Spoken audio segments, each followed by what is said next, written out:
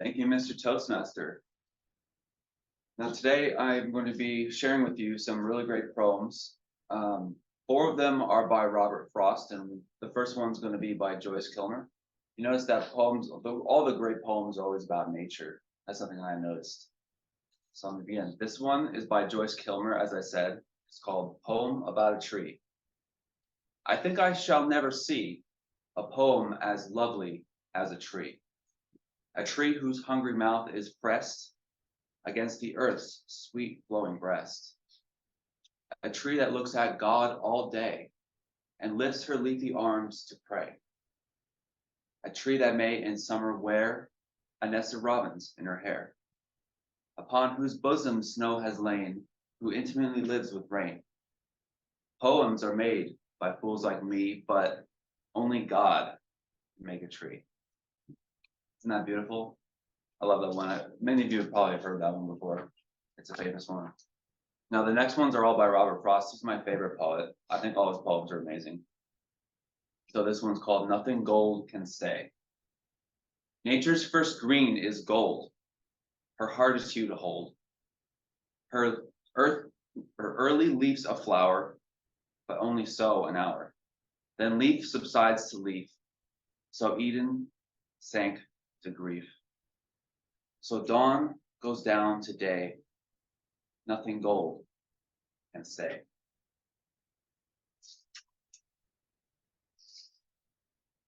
Now see if you can guess what the meaning of this poem is. This one's called Stopping by the Woods on a Snowy Evening. Whose woods these are, I think I know. His house is in the village, though. He will not see me stopping here to watch his woods fill up with snow. My little horse must think it queer to stop without a farmhouse near, between woods and frozen lake, the darkest evening of the year. He gives his harness bells a shake to ask as if there's some mistake. The only other sound's the sweep of easy wind and downy flake. The woods are lovely, dark, and deep, but I have a promise to keep, and miles to go before I sleep, and miles to go before I sleep.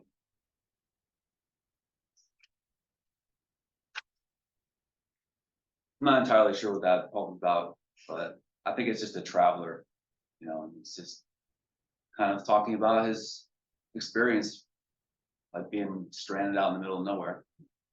Now here's another one. I'll try to guess what this one's about too. It's called Fire and Ice. Some say the world will end in fire. Some say in ice. But for what I've tasted of desire, I hold with those who favor fire. But if it had to end twice, I think I know enough of hate to say that for destruction, ice is also great and would suffice. So that one is about a divorce. So the last poem that I'm going to be telling you about is my favorite. It's called The Road Not Taken. I think it's gorgeous. Two roads diverged in a yellow wood, and sorry that I could not take them both. But be one traveler, long I stood, and I looked down one as far as I could until it bent into the undergrowth.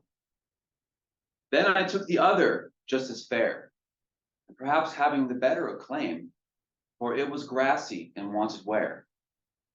But as for the passing there, it really had worn them about the same. Oh, I shall save the first for another day, but knowing how way leads on to way, I doubt I shall ever return. I shall be telling you this with a sigh, somewhere ages and ages hence. Two roads diverged in the woods, and I took the road less traveled by. And that has made all the difference. Thank you for listening to my poems.